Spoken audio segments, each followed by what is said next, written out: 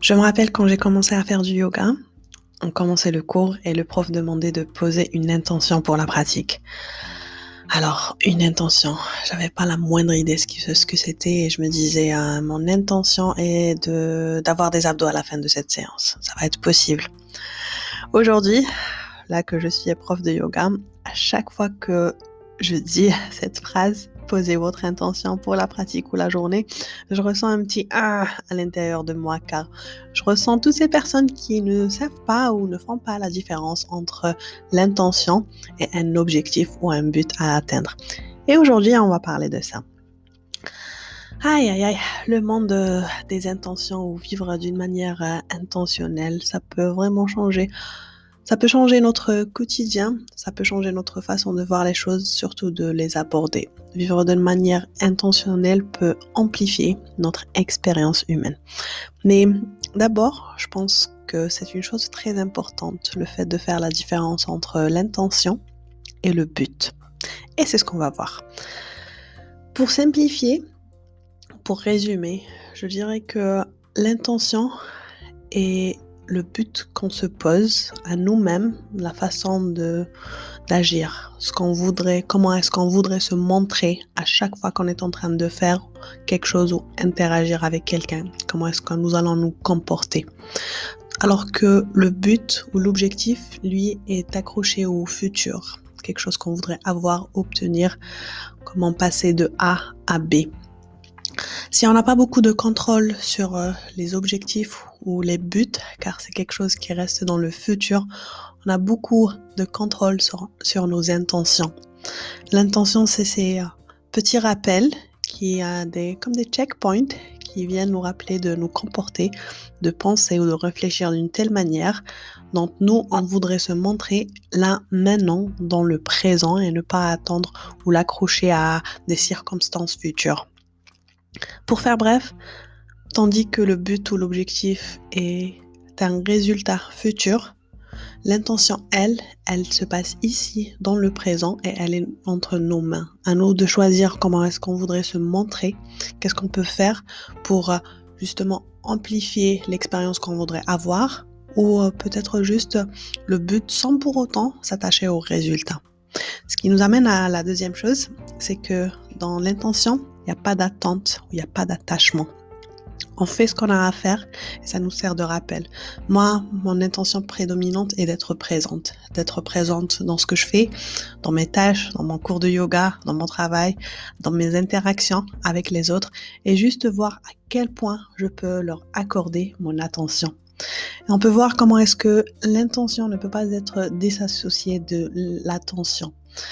Donc, c'est une manière pour rediriger notre attention à chaque fois. C'est une manière pour cultiver la présence mentale, la présence d'esprit, ici, là, maintenant. Et aussi, cette capacité à développer cet outil mental, l'attention. On dit souvent que l'attention, comme la concentration, c'est des muscles. C'est des muscles qui se travaillent. Sauf que nous, on peut voir le biceps, le triceps et le fessier, on se focalise sur ça et on oublie que peut-être l'attention est le muscle le plus important du cerveau humain.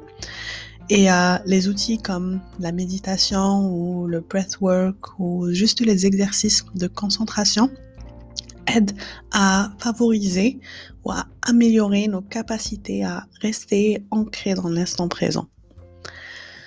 Donc, attention, intention, c'est un peu de faux jumeaux. L'une guide l'autre. Notre intention est guidée par notre attention et notre attention vient amplifier et ancrer nos intentions. Comment diriger ou guider son intention? C'est un exercice mental. On retrouve dans la pleine conscience, le mindfulness. On est là à utiliser la respiration comme encre sur lequel se concentrer. L'intention fait un peu la même chose. Si par exemple j'ai l'intention d'être plus gratifiante, de montrer plus de gratitude dans ma vie, je me lève le matin, je me pose cette intention et c'est l'outil vers lequel je vais diriger mon attention. Je vais me focaliser sur les choses qui vont bien dans ma vie, comme le fait d'avoir assez de ressources pour être en sécurité, pour pouvoir subvenir à mes besoins, pour pouvoir m'offrir les expériences ou les objets matériels ou autres dont j'aimerais avoir. Et juste ce shift de mindset vient amplifier notre expérience. Et peut-être que oui, on va atteindre le but de être plus gratifiante et d'amplifier. C'est les raisons pour lesquelles on est gratifiant, que ce soit nos biens, notre santé ou les personnes autour de nous. Et on voit comment est-ce que l'attention redirige l'intention et l'intention dicte l'attention. Sur quoi nous posons notre attention vient se multiplier et devenir plus présent, plus fort, avoir un impact plus ancré ici dans notre mental. Il y a un livre que j'aime beaucoup et que je recommande énormément qui s'appelle Le pouvoir de l'intention.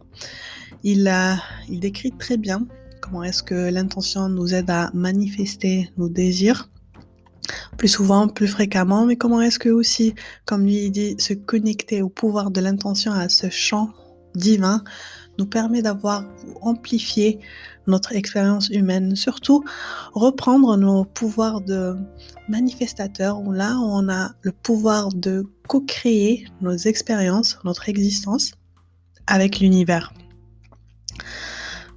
L'intention, comme l'écrivain l'a décrit, elle a 7 visages. Donc, comment est-ce qu'on sait qu'une intention vient du cœur et pas juste un objectif, une acquisition qui vient de l'ego? Alors, l'intention est-elle amplifiée ou elle porte les visages, ces 7 visages, donc c'est la beauté, la bonté, la gratitude et d'autres. Je vous laisse lire le livre, en tout cas je le recommande vraiment. Et je vous laisse aussi lire un blog sur l'intention que j'ai écrit. Je pense que aussi avoir un rituel d'intention peut amplifier notre quotidien. Si vous l'avez pas toujours, alors une routine matinale vient vraiment changer votre vie. Nous, c'est ce qu'on fait le matin au 7 AM Flow Club. Et je commence toujours mes cours par demander de poser une intention après s'être connecté à sa respiration. Et moi, je le vois comme une sorte de rituel.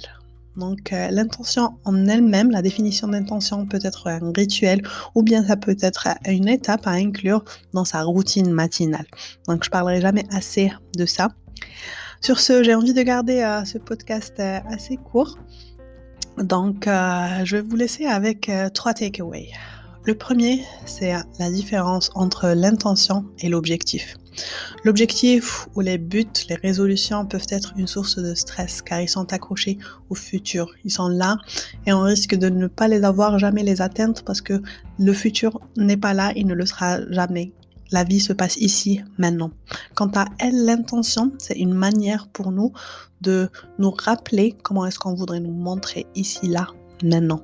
Ça se passe maintenant et à tout moment, tu peux faire ce check pour voir est-ce que tu es aligné avec tes intentions. Si tu as une intention de présence, est-ce que tu es là à être vraiment concentré, à accorder toute ton attention vers la personne qui te parle ou est-ce que tu es là en train de scroller ton téléphone? Si tu scrolles ton téléphone, est-ce que tu le fais dans un but d'éducation ou d'inspiration ou est-ce que tu es là juste pour entrer dans l'addiction et à la dopamine et les modes de conditionnement automatique.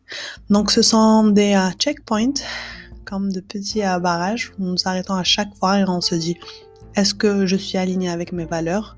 Est-ce que je suis sur le chemin où je voudrais être, qui va m'emmener vers ce que je voudrais avoir, ce que je voudrais manifester, sans pour autant que ça soit dans le futur. Ces choses-là, ce qu'on voudrait avoir, sont ici, maintenant. Nous, tout ce qu'on a à faire, c'est nous connecter à cette fréquence. Et l'intention, c'est la voie rapide qui nous emmène sur cette autoroute. Deuxième chose, je voudrais aussi te laisser avec une forte recommandation de lire Le pouvoir de l'intention. C'est un très beau livre, il est très bien écrit, facile à lire et ça sera un peu une initiation à la spiritualité, je dirais, après le livre Le pouvoir de l'instant présent. Et il vient se complémenter, même si ils sont les deux issus de 2 écrivains différents. Et troisième chose, je te recommande vraiment d'adopter un rituel de définition d'intention. Je sais que si on est nouveau dans ce monde, ça peut être très superflu, très mystique, très pouf. Ça n'a pas à l'être, c'est très simple et vous allez voir que certaines choses vont résonner en vous sans pour autant que les justifier, sans pour autant que ça soit quelque chose d'aussi difficile ou compliqué. Certaines choses, vous êtes peut-être en train de les faire maintenant sans vous rendre compte. Juste leur poser le nom, mieux les structurer, viendra amplifier votre routine quotidienne, vous apaiser plus et ça nous aide au final à mieux naviguer cette expérience humaine avec plus de grâce. Troisième chose, c'est que voilà, si tu penses à adopter ou à vivre d'une manière plus intentionnelle, à être plus présente et à checker tes pourquoi, toujours te poser la question, je veux faire ça, je veux avoir ça, pourquoi? J'ai envie de faire ça, je voudrais avoir ça, pourquoi? Ce pourquoi nous réaligne parce qu'il est très facile de se perdre dans la vie quotidienne, il est très facile de tomber dans la comparaison et à être tout le temps acharné à courir derrière. Derrière quoi? On ne sait pas. Donc, c'est une manière pour rester concentré sur soi, cultiver cette paix intérieure, plus que la paix, cette harmonie. Il y a tout un blog que j'ai écrit sur ça. Ça, c'est une très bonne source d'inspiration pour les rituels de définition d'intention. Je te recommande fortement d'aller le lire. Tu peux le checker. Je vais laisser le lien ici dans la description de ce podcast. D'ici là, on en parlera. On en parlera très souvent. Vous allez entendre parler très souvent de l'intention, car je pense qu'avant de commencer quoi que ce soit, on doit définir une intention individuelle, une intention pour le groupe, une intention pour nos créations. Du moins, c'est ce que j'essaye de faire moi avec mon contenu. L'intention derrière est d'aider, de partager mon expérience afin qu'elle puisse contribuer ou faciliter l'expérience d'autres personnes, comme toi par exemple. Je te remercie infiniment de m'avoir prêté ton temps et ton attention et je te laisse avec le rappel que ton attention, c'est un outil très... Il y a beaucoup de valeur que tu puisses offrir. C'est peut-être la chose qui a la plus de valeur à offrir. Donc, fais attention où est-ce que tu es en train de mettre ton attention. Cela dit, je te remercie infiniment de m'avoir prêté ton attention et tes oreilles. Je te donne rendez-vous une prochaine fois pour un autre numéro de ce podcast. D'ici là, gros bisous.